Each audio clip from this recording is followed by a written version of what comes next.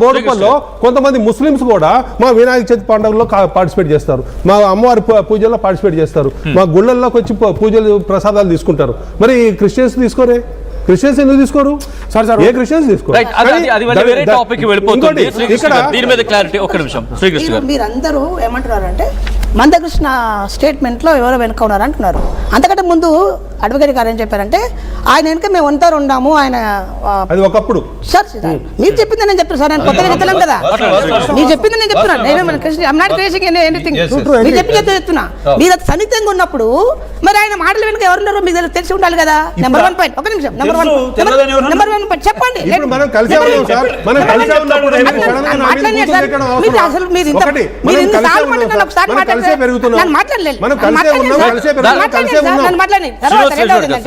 నన్ను ఎందుకు సంస్కృతానికి దూరం చేసిండ్రు? సంస్కృతం ఎందుకు దూరం చేసిండ్రు? ఇప్పటికి సంస్కృతం నాకు నేర్పుతలేదు ఎందుకు? ఎవరు నేర్పాలి?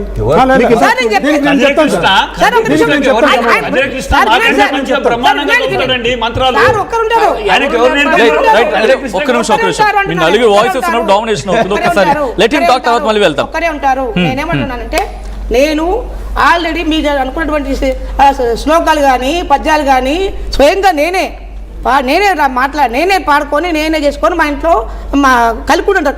కలిసి ఎందుకు నేర్చుకున్నారు? నా ఇంట్రెస్ట్ అది ఇంపార్టెంట్. మీ తాతయ్య గారు చేయలేదు, మీ ఫాదర్ చేయలేదు, మీరు చేశారు. మీకు ఆ కసి వచ్చింది, నేర్చుకోవాలని కసి వచ్చింది, నేర్చుకున్నారు. ఎందుకు నేర్చుకున్నాను నేనంటే నేను పిలిస్తే ఎవరు రాలేదు. నేను పిలిస్తే మా ఇంట్లో కలశ పూజం చేయాలని చెప్పి అనంటే ఆచార్యులు ఎవరు రానందువల్ల నేను ఆ కసి మీద నేర్చుకున్నాను. వస్తే నేను నేర్చుకోను కదా, నెంబర్ 1. మంచిదే కదా. తర్వాత ఏంటి మీరు అన్నట్టు అనుకున్న ప్రకారంగా మందకృష్ణ వెనుక ఎవరున్నారో మీకు తెలిసి ఉండాలి. ఎందుకు చెప్తున్నాను ఈ మాట? మీరే చెప్పారు కాబట్టి. ఆయన చేసినటువంటి మొట్టమొదటి తప్పైందంటే భారత రాజ్యాంగంలో డాక్టర్ అంబేద్కర్ అన్టచబిలిటీ ఎక్కడైతే ఉన్నదో, వివక్ష ఎక్కడైతే ఉన్నదో అదంతా షెడ్యూల్ కాస్ట్గా పరిగణించి ఒక దాంట్లో పెట్టిన తర్వాత ఇవాళ 30 ఏళ్ళకి ఆయన గుర్తొచ్చింది. కులం మీద ప్రేమ వచ్చేసింది, బ్రాహ్మణిజం మీద వ్యతిరేకం వచ్చేసింది. ఇంతకాలం ఏం చేసినావు నాకు తెలియదు. మరి తర్వాత రెండవది ఏంటి, మీరు అనుకున్న ప్రకారంగా ప్రతి వ్యక్తికి ఆల్టర్నేటివ్ ఉంటుంది సార్. మనం దవాఖానకు వస్తే ఒక దవాఖానకు పోం, వాడు పీసీఎంతో పాటు ఇంకోటి యాంటీబయాటిక్ ఇస్తాడు.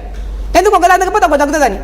ఎప్పుడైతే ఈ బ్రాహ్మణికల తాట అంటే నేను బ్రాహ్మణిక అంటలేను, బ్రాహ్మణికల తాట అనేది అటాక్రసీ ఉన్నప్పుడు ఖచ్చితంగా విప్లవం వచ్చేస్తుంది. విప్లవం అంటే తుపాకులు ఆడుకోవడం కాదు, దాన్ని ప్రత్యామ్నాయం చూసుకుంటాడు. ప్రత్యామ్నాయం ఏంటిది అక్కడ? అప్పుడు ఇస్లాం వచ్చింది తెలంగాణలో. ఇస్లాంలో చాలామంది మాలలు వెళ్ళిపోయారు. దూదేపల్లి కులంలో చాలామంది మాలలు ఉంటారు. ఎండి అంటే మొత్తం ఎస్సీలో ఉంటారు. క్రిస్టియన్లు కూడా ఎందుకు పోవడం? క్రిస్టియన్లు వాళ్ళు మందులు ఇచ్చారు, బట్టలు ఇచ్చారు, స్కూల్ పెట్టారు. అందుకే ఆంధ్రలో ఎస్సీలకు చదువు ఎక్కువ ఉంది. వినండి, చదువు ఎక్కువ ఉంది, ఉద్యోగాలు ఎక్కువ ఉన్నాయి. తెలంగాణలో చదువు లేదు, ఉద్యోగాలు లేవు. కాబట్టి నేను I'm not encouraging Christianity, I'm not encouraging Hinduism also. ఎక్కడ మనిషిని చూపిస్తాడో ఆ రకంగా మనం అందరూ ఉండాలని ఒక మనిషిగా చూడనటువంటి మతం అది మతమే కాదు. Interesting point. రైట్, మనతో పాటు రాఘవేంద్ర శర్మ జాయిన్ అవుతున్నారు, వేద పండితులు. రాఘవేంద్ర శర్మ గారు నమస్తే అండి. రాఘవేంద్ర శర్మ గారు నమస్తే అండి. నమస్తే అండి. వినిపిస్తోంది. ఇక్కడ డిస్కషన్లో వచ్చిన పాయింట్ ఏంటంటే పేటెంట్ గురించి మాట్లాడుకున్నా, బట్ ఇప్పుడు రైజ్ అవుతున్న క్వశ్చన్ ఏంటంటే ఎందుకు ఉన్న ఆ వృత్తి గురించి అంత క్వశ్చన్ రైజ్ చేయాల్సిన సందర్భం అని చెప్పి ఈ ప్రశ్నలు రైజ్ అవుతున్న క్రమంలో మందకృష్ణ మాదిగా ఎందుకు ఈ రోజే ఆయన మేల్కొన్నారు, ఈ రోజు ఎందుకు టార్గెట్ చేస్తున్నారు అనేది వాట్ డూ యూ థింక్ అండి? సార్, ఇది ప్రధానంగా అంటే వారి ఉనికిని కోల్పోతున్నారేమో అనిపిస్తుంది మాకందరికి కూడా. మేము చాలా మందకృష్ణ మాది గారు చాలా ఉన్నతంగా చూసినటువంటి స్థితి మాది. ఈ సుప్రీంకోర్టు తీర్పు వల్ల నేను బీసీని అయిపోతానేమో, మరి నా మాదిగ రిజర్వేషన్ సమితి ఏమైపోతుందో ఏమో, నేను ఇక మాదిగల గురించి పోరాటం చేయలేనేమో అనే స్థితికి వారు వచ్చి ఇటువంటి వాటిని ఏదైనా తీసుకొని వచ్చి లైమ్ లైట్ లో ఉండాలని అనుకుంటున్నారేమో అని ప్రధానమైన మా అందరికి అదే అనిపిస్తుంది. ఇప్పటికైనా మాకందరికీ కూడా మందకృష్ణ మాదిగ గారంటే చాలా గౌరవం, దానిలో సందేహం లేదు. ఎప్పటికీ వారు మంచి ఆరోగ్యంతో, ఆయుష్తో, ఇట్లాంటి కీర్తితో ఉండాలని కోరుకుంటూ ఉన్నాం. ఇప్పటికి కూడా ఈ రోజు మేము విమర్శ చేయాలని ఇక్కడ పోవట్లేదు వారి దగ్గరికి. ఇక్కడ మందకృష్ణ మాదిగ టార్గెట్ అని కాకుండా ఆయన చేసిన వ్యాఖ్యల మీద కదా రైజ్ అవుతుంది. బ్రాహ్మడు చాలా చిన్నవాడండి, బ్రాహ్మడు చాలా చిన్నవాడు. సహజంగా మేము అర్చకత్వం చేస్తున్నటువంటి దానిలో కూడా గుడికి 100 మంది వస్తే 100 మందిని సాటిస్ఫాక్షన్ చేయగలిగే పరిస్థితి మాది. ఒక్కొక్కరు ఒక్కొక్క రకమైనటువంటి మెంటాలిటీతో వస్తారు గుడికి. ఒకరు కోపంతో వస్తారు, ఒకరు బాధతో వస్తారు, ఒకరు ఇంకో రకంగా వస్తారు.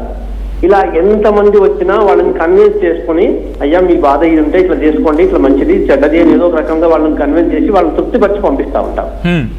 ఇట్లాంటి ఇప్పుడున్నటువంటి సమాజంలో సరే ఇంతకుముందు పెద్దలు ఎవరు మాట్లాడుతూ నన్ను ఇంకా గుళ్ళోకి రానివ్వలేదు, అందుకోసం నేను మంత్రాలు నేర్చుకున్నాను. 100% స్వాగతిస్తాం, మేము కూడా నేర్చుకోవాల్సిందే. అందరూ ఇప్పటికీ మా అందరి తరఫున మీ వేదికగా మేము మాటిస్తున్నాం. అట్లాంటి అస్పృశ్యత ఎక్కడైనా కనిపిస్తుందంటే చెప్పండి, గుళ్ళల్లోకి రానివ్వలేదని చెప్పండి. మా బ్రాహ్మణ సమాజం అంతా వచ్చి ముందర నిలబడి ఈ కార్యక్రమాన్ని నిర్వహిస్తారు. Thank you so much Raghavendra Sharma గారు ఫర్ జాయినింగ్. ఒక చిన్న బ్రేక్ వెళ్ళకన్నా ముందు ఎవ్రీబడి ప్రతి ఒక్కరు ఒక నిమిషం మనం తీసుకుందాం, ప్రయత్నం చేద్దాం మాట్లాడడానికి. అండ్ ఆ తర్వాత బ్రేక్ వెళ్ళే ప్రయత్నం చేద్దాం. ఇక్కడ లక్ష్మీనారాయణ గారు ఏమంటారు? బ్రేక్ వెళ్ళక ముందు జస్ట్ ఒక 1 minute ర్యాపప్ చేద్దాం. ఒకటే విషయం మంది, స్వాతంత్రం రాకముందు జరిగిన విషయాల గురించి మనకి పుస్తకాల్లో చదువుకోవడం కానీ మనం చూడలేదు. ఓకే, నువ్వు కృష్ణ చూడలేదు, నేను చూడలేదు. ఇప్పుడు స్వాతంత్రం వచ్చిన తర్వాత రాజ్యాంగం వచ్చింది, రాజ్యాంగబద్ధంగా మనం నడుస్తున్నాం.